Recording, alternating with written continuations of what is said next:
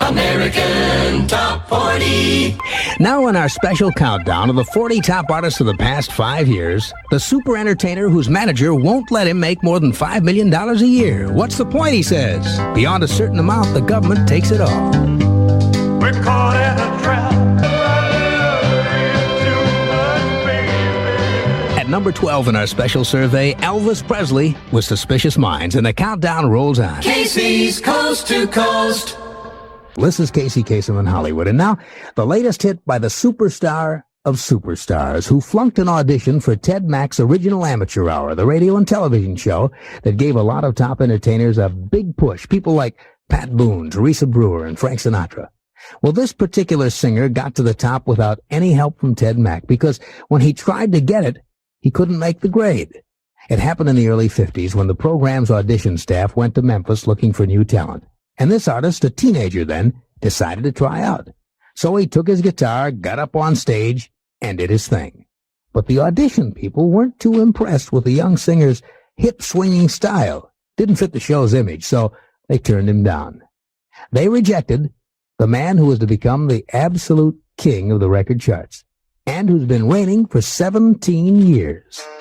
His latest smash is number 3 this week. Here he is, Elvis Presley.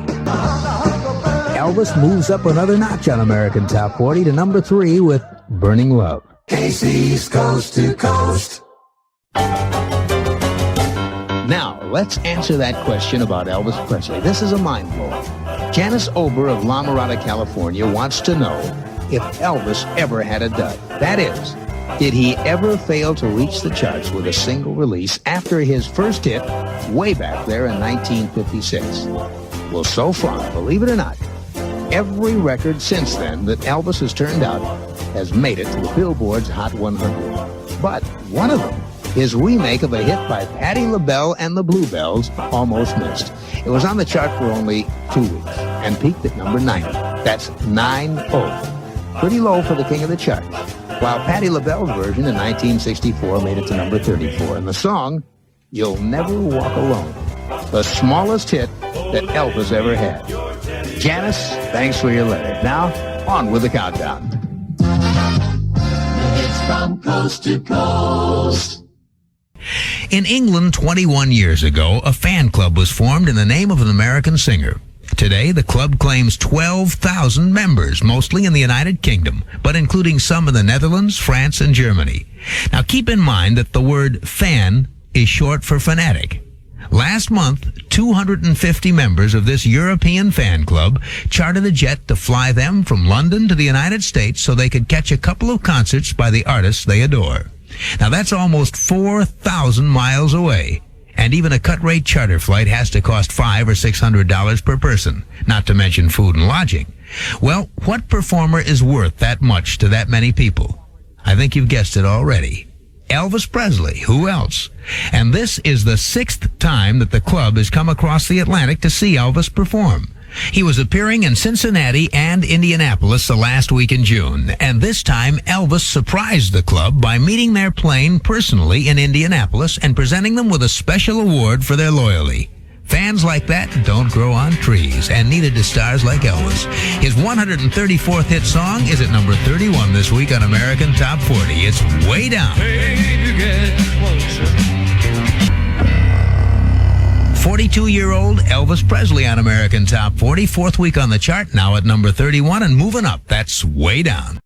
American Top 40. I'm Mark Elliott, coming to you from Hollywood on American Top 40. Well, this next song is by a superstar who once collected 2 paychecks on the same day, one from the U.S. Army and the other from his record company. And the difference between those 2 checks was more than $750,000. This singer from Tennessee was already a millionaire superstar by the time he got his draft notice back in 1958. Piece of paper that caused millions of teenage girls to cry millions of teenage tears when they found out they'd be losing their idol to the Army for 4 long years. Now, the singer could have arranged an easy assignment for himself, serving as an entertainer in the special services. But copping out just wasn't his style. So he chose instead to train as a tank crewman, and he served out his time in Europe, working his way up to the rank of sergeant. At the end of his 4-year hitch, the singer was shipped back to the States and discharged, and his mustering out pay came to $145. Well, as he walked through the gate, a civilian once again, there to meet him, along with dozens of reporters and TV cameras, was a man from his record label. And after congratulating the singer on finishing his Army duty, the record company man handed the singer a royalty check for his record sales of the past several months. A check for $850,000. It read, pay to the order of Elvis Presley. At number 27 this week, here's Elvis with Way Down. At number 27, falling 9 with a song that went number 1 country and number 1 pop in England. That's Elvis Presley with Way Down. I'm Mark Elliott, sitting in for Casey Kasem, and we're counting down the 40 best-selling songs in the 50 states on our way to number 1. Casey's Coast to Coast. This is Casey Kasem on American Top 40. AT40 originates in Hollywood, and our countdown continues. And now, I have the most important individual of the rock era. The man who broke open the dam that flooded the world with rock and roll. A polite country boy from Tupelo, Mississippi, who drove a delivery truck for a living until Colonel Tom Parker discovered that Elvis Presley was one of the most saleable entertainment talents of the century.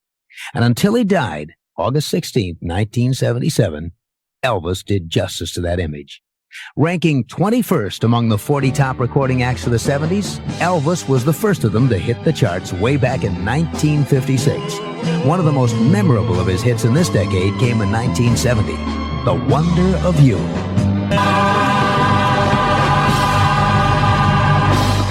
The number 1 recording act in the history of the charts, and coming in at number 21 in the 1970s, Elvis Presley, The Wonder of You. American Top 40. Now, let's answer that question about consecutive top 10s.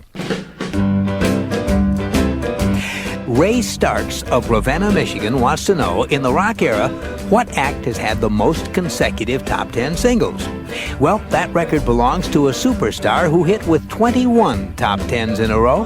The incredible streak began in October of 1956 with a classic song called Love Me Tender.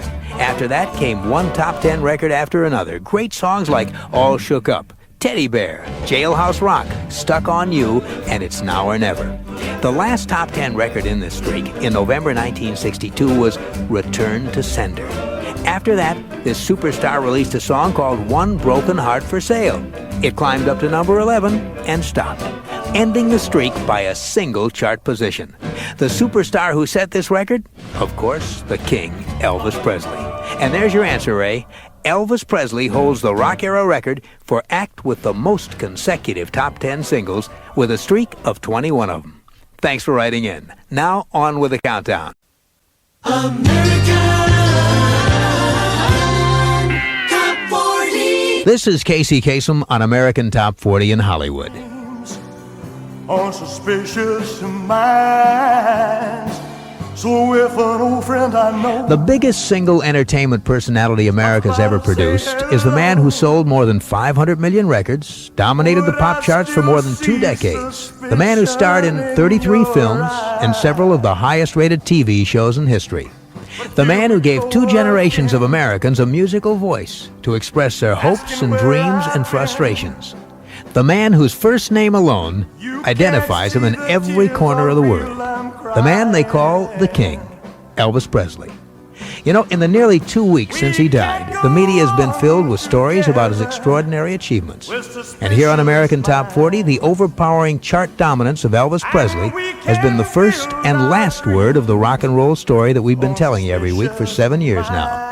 It's almost an understatement to say that Elvis Presley changed forever the course and sound of popular music. Without him, there probably would not have been a group called the Beatles, or a worldwide phenomenon like the rock and roll era. Through the years, I've enjoyed a lot of his records, but the one that has moved me the most was the one that I saw him do live in his Las Vegas debut several years ago. I'd like to play it for you now. It's an up sound, but that's the way I'd like to remember Elvis. Here he is with Suspicious Minds. We're caught in a trap.